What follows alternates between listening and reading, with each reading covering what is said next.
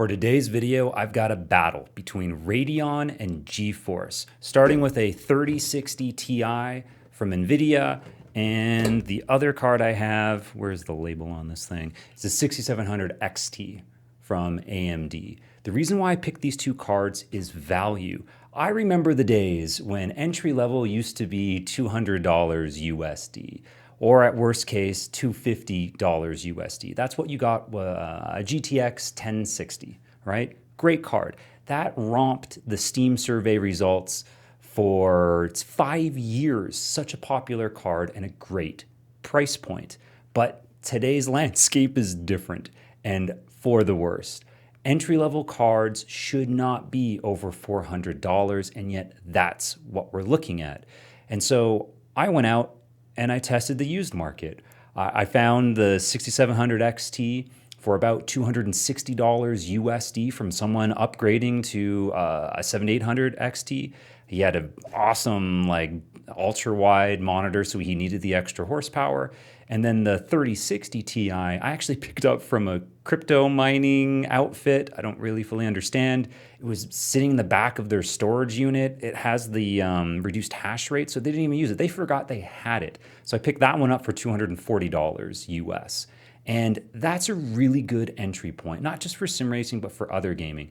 You might be saying, dude, it's 2024. This thing only has 8 gigabytes. That one just has 12 gigabytes. Sure, okay, let's see if it matters. And for that, it takes benchmarking. I'm using the Intel platform for testing with the 13700K running at stock frequencies, although I do have max boost enabled. It's on a Gigabyte Z790 board with a liquid cooler. I got the memory at 7200 megahertz, which seems stable enough for this benchmarking. I'm still testing on Windows 10, and I used actually 2 GeForce drivers. I forgot to update for my iRacing results, so those are on the 546 version. I'm using the newest Radeon Adrenaline 2411 drivers, and here you can see the simulators that I'm benching and their versions. The first lap of an online or AI race is usually the most intense on the CPU and GPU, so that is the testing scenario for each one of these simulators. I received some requests for Automobilista 2 performance benchmarking. The tricky thing with that simulator is that the replay system is a bit flawed. I won't go into the details, but the replay performance does not resemble real-time performance. So for testing that one, I actually had to jump in the rig and do manual AI runs. I only tested 2 tracks in Automobilista 2, both of which were using the Dallara F3, and we can see a clear advantage to AMD. The 6700 XT was over 10% faster than the 3600 Ti. These results are at 4K with high settings, so this is a very demanding scenario. If you're running a lower resolution, I think both cards can achieve your monitor's ideal refresh rate. I've spiced up the GPU busy chart to also include VRAM usage, shown here as a ratio of how much VRAM was used out of the total available for that card. Because the 3060 Ti only has 8 gigabytes of memory, it should always have a higher usage compared to the 12 gigabytes on the 6700 XT. The GPU busy percentage is shown at 100% or 99%, and that means that the CPU is always waiting for the frame to be completed by the video card. That is a GPU bottleneck. Even though triple 1080p monitors is a smaller resolution than a single 4K by about, 25%, the performance does decrease here. And that's primarily due to the inefficiencies in running a windowed borderless screen drawn across a Windows desktop that is expanded to include 3 monitors. VRAM usage has decreased compared to single 4K, again because of the reduction in resolution, and we see the GPU busy time decrease. Using NVIDIA Surround or AMD Eyefinity can bring that back up to 99 or 100%, but for this video, that's outside the scope. I will talk about that in a deeper dive. When we increase the resolution to triple 1440p, we're seeing a drastic drop in FPS performance. Clearly, this is too much workload for these video cards at this quality.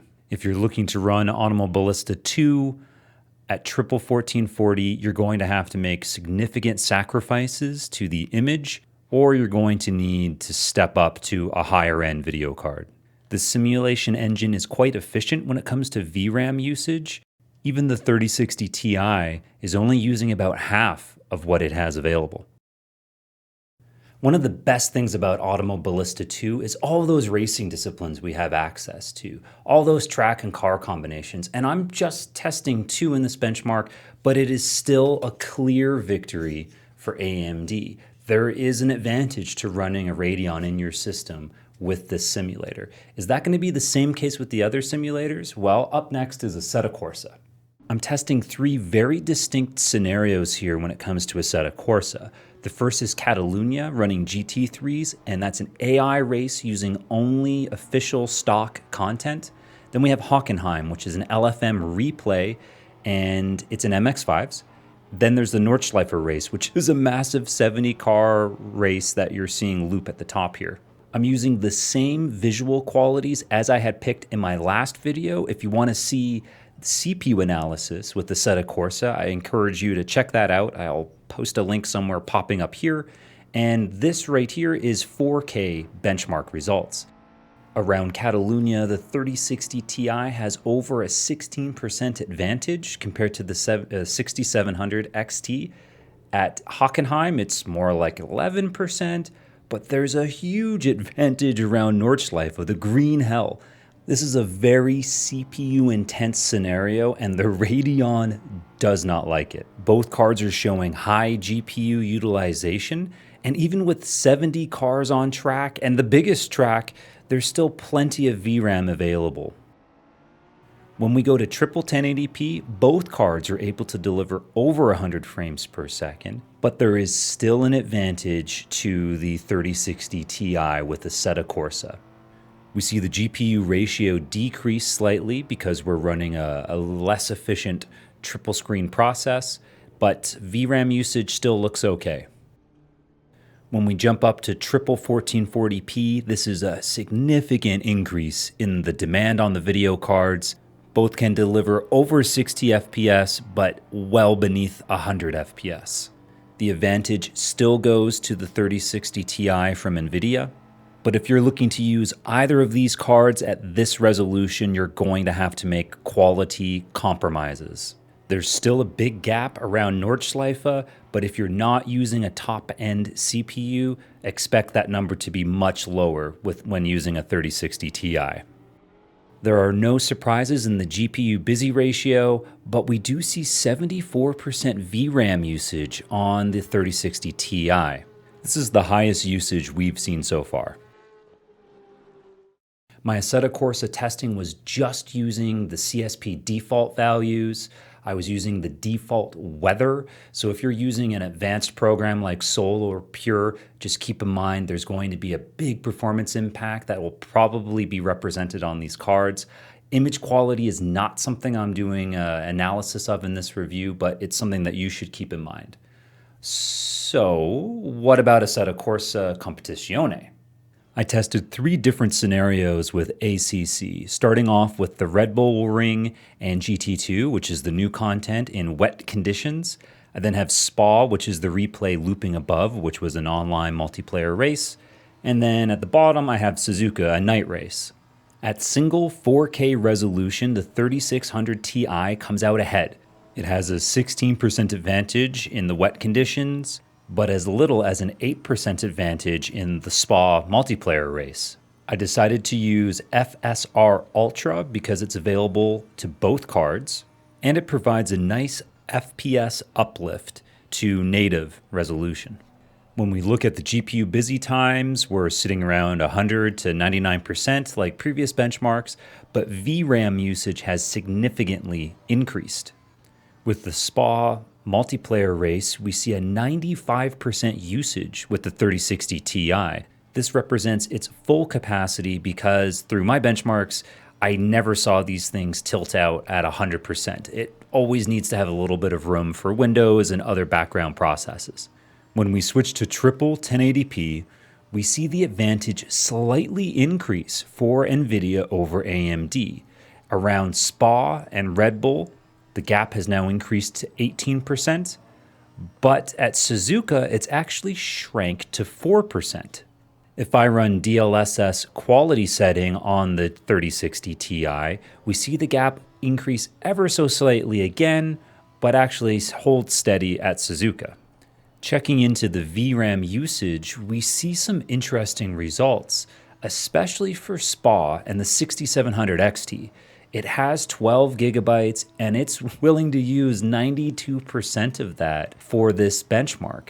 So why didn't that translate into an FPS advantage? Well, just because it's allocating textures to VRAM or whatever else doesn't mean the 6700 XT's GPU, this Navi 22 chip, is fast enough to pull from that pool. So it's caching, but to no advantage. Increasing the resolution to triple 1440p, we see the gap between the two video cards decrease to about 10-11% for Red Bull and Spa and 8% for Suzuka. The performance difference with the 1% minimums has also decreased between these two cards. But we're not looking at overall great performance with this quality setting and at this resolution. I don't even think you can reduce quality enough to get a smooth playing experience on these cards at triple 1440p. Now looking at the VRAM usage, we're seeing the Radeon willing to go full cookie jar on this and use pretty much its max capacity. Maybe that's why it's closed the gap to the 3060 Ti at this resolution. Results for Assetto Corsa Competizione are very similar to those at AC. We saw the GeForce come out ahead. It seems to offer better FPS, better minimum performance at single screen and at triple 1080p. Triple 1440, maybe the gap between the two diminishes, but neither of which are great products for delivering that kind of rendering resolution. You're going to have to drop the quality too much. It's just not going to look good, in my opinion. And now we get to talk about iRacing. And there are some strong and divisive comments out there about the AMD Radeon versus NVIDIA GeForce when it comes to this simulator.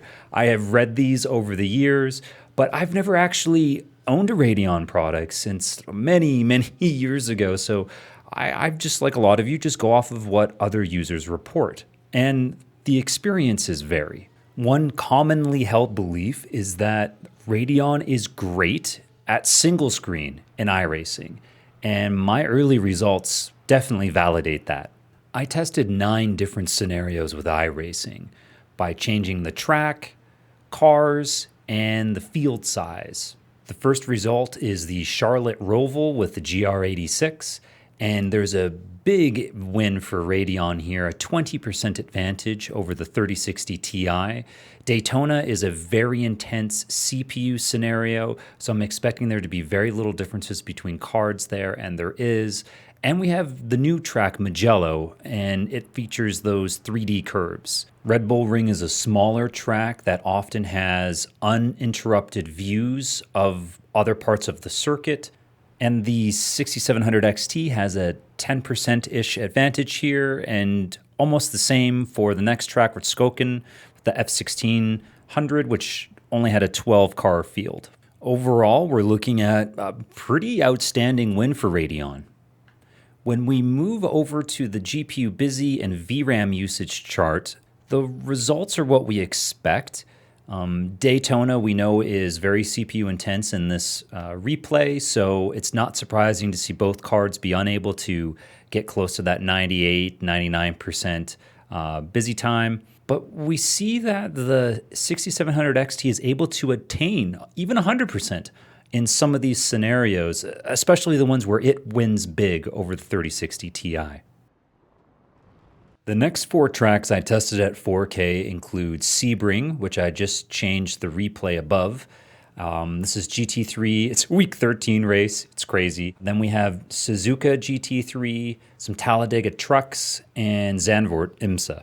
Once again, we're seeing the 6700 XT enjoy a pretty healthy lead over the 3060 Ti, as much as 10% around Suzuka and Talladega. When we look at the GPU busy, again, we see a slight advantage to the Radeon for utilizing more of its GPU. And we notice with the 8 gigabytes on the 3060 Ti, both Sebring and Zandvoort are maxing it out. iRacing is clever with how it gets around a GPU VRAM constraint, so I don't think VRAM is a direct culprit for the performance here on the 3060 Ti. So let's see what happens when we go to triple monitors. Now at triple 1080p, we see the advantage that the 6700 XT had around the Charlotte Roval reduced from 20% to zilch.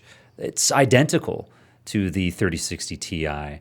And following it up, we see Daytona, a massive negative swing go to the 6700 XT. When we run a triple monitor perspective, there's an issue here with the Radeon around such an intense CPU scenario. But it still leads around Magello in those 3D curves. And then the 6700 XT loses around the Red Bull Ring, where the 3060 Ti now enjoys a 13% advantage. But at Skokin, the Radeon has a 17% advantage over the GeForce. Flipping to the GPU busy and VRAM usage chart, we see some interesting results here, especially for those big losses that the 6700 XT experienced around Daytona and Red Bull Ring, where previously at 4K it was able to push well into the 99% range. We see a massive drop in the GPU busy time around these two tracks. Just as a reminder, this means the Radeon's idling time increased by 20% or as much as 30% during the workload of creating each individual frame. This suggests strange behavior in the handoff that's going on between the Radeon and, in this case, an Intel CPU. Finishing up the triple 1080p testing with these other four scenarios, at Sebring, we actually see the Radeon suffer a 15% deficit to the 3060 Ti, a significant drop from how it performed at single 4K. It's still producing a really good result around Suzuka, 145 frames compared to 134, but when we go to the oval racing with trucks around Talladega, we see that inverse again happen, where it loses by a very substantial, noticeable margin. And finally, at the bottom, it's basically a tie, just a couple frames between the two cards. The GPU busy chart reveals once again a bit of a flip here with Talladega and Sebring. In both of these examples, we see at triple 1080p, the Radeon's GPU is being less utilized. Its idle time has increased. At Sebring, it's increased by about 12%. At Talladega, it's increased, 24%? That's big, and that is why the card is underperforming.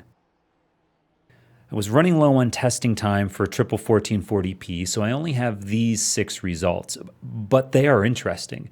First of all, right off the bat, the Daytona result, the gap has shrunken significantly between the 6700 XT and the 3060 Ti. Now there's only about a 16% difference, but if you noticed, this FPS is only slightly different than the triple 1080p result, which was 56.5 FPS and the same FPS minimum. Magello is a bit of a reversal.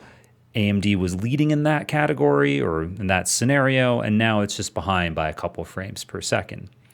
And then the same happens at Red Bull, where it was losing at Red Bull at triple 1080p. Now it's winning by a couple frames per second.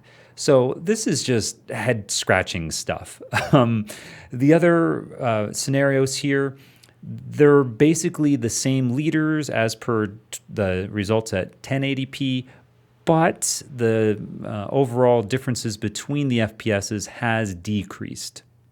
And one last look at the GPU busy chart, and yep, more head scratching. We see that the deficiencies the Radeon had previously shown at Red Bull Ring and Sebring, those are gone now. And the Daytona difference has changed into its favor a little bit. So This is peculiar stuff. I'm not really sure what to make of it. So, what kind of conclusions can we draw from all of this? Well, one way to do that is to make an average of all the averages. And that's what I'm going to do here.